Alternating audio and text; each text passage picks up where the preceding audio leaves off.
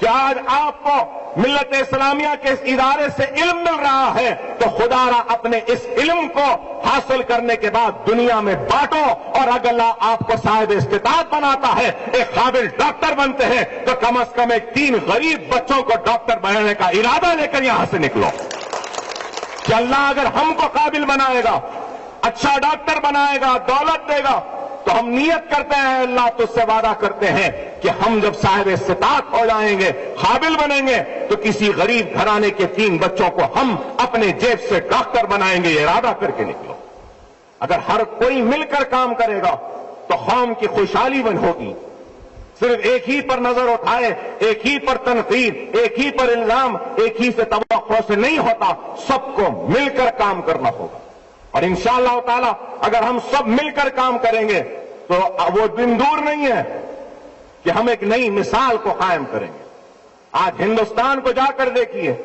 کیا حال ہے ہندوستان میں، کیسی پسماندگی ہے، کیسے پچھڑے ہوئے ہیں مسلمان، لیکن الحمدللہ اللہ کا شکر ہے،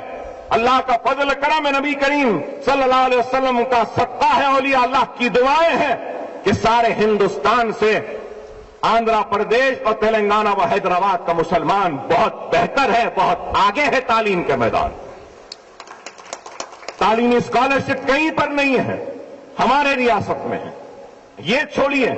یہاں اگر کوئی غریب لڑکی یا لڑکا اگر MBBS کرے گا، MBBS کرنے کے بعد اگر وہ ماسٹرز امریکہ، انگلینڈ، سنگاپور، آسٹریلیا، افریقہ یا کہیں پر سے بھی کرنا چاہتا ہے تو ریاستی حکومت کی جانب سے 10 لاکھ روپے کی امداد، 5 لاکھ روپے کا قرض دینے کی اسکیم کو ہم نے منظور کروایا ہے، جو ہندوستان میں کہیں پر نہیں ہے۔ یہ اتنے اپارچونٹیز آئے ہیں۔ ایک غریب حسرت بھری نگاہوں سے دیکھتا تھا میڈیکل کالج کی عمارت کو، انجینئرنگ کالج کی عمارت کو، کیا میں پڑھ سکوں گا، کیا میری اولاد پڑھ سکے گی، لیکن اسکالرشپ ری ایمبرسمنٹ کی وجہ سے آج ایک غریب خواب نہیں دیکھ سکتا بلکہ وہ اپنے اس خواب کو حقیقت میں تبدیل کر سکتا ہے۔ یہ سب سے بڑا کارنامہ ہے مجلس اتحاد المسلمین کا، جو سالانہ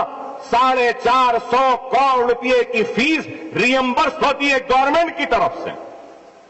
اگر وہ فیس نہیں آتی تو کئی مسلمان میرٹ میں ہونے کے باوجود بھی اپنی نشستوں کو چھوڑ دیتے تھے کہ ہمارے پاس پیسہ نہیں، ہم نہیں پڑھا سکتے۔ اپنی ذمہ داری کو سمجھیے، یہ آپ کے ادارے ہیں،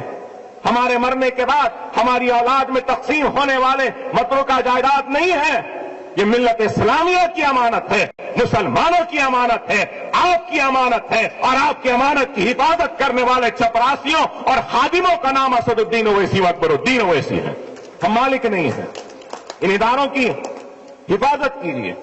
آج دشمن للچائی ہوئی نظروں کے ساتھ ہمارے اداروں کو ختم کرنے کی سازشیں رچ رہا ہے، کوشش کر رہے ہیں، ہم کو پریشان کیا جا رہا ہے۔ خدا را سمجھیے ان باتوں کو، اور میں امید کرتا ہوں کہ آئندہ جس کسی کو بھی سنگا ریڈی ہو، کھمم ہو، نارکٹ پلی ہو، نان مائنورٹی کالجز میں جس مسلمان طالب علم و طلباء کو میرٹ کے بنیاد پہ سیٹ ملتی ہے تو اللہ کے واسطے ان نشستوں کو چھوڑو نہیں۔ اگر آپ چھوڑیں گے تو ایک ڈاکٹر کو کم کر رہے ہیں، اگر آپ وہیں پہ تعلیم حاصل کر رہے ہیں تو ایک اور مسلمان بچے کو ڈاکٹر بننے کا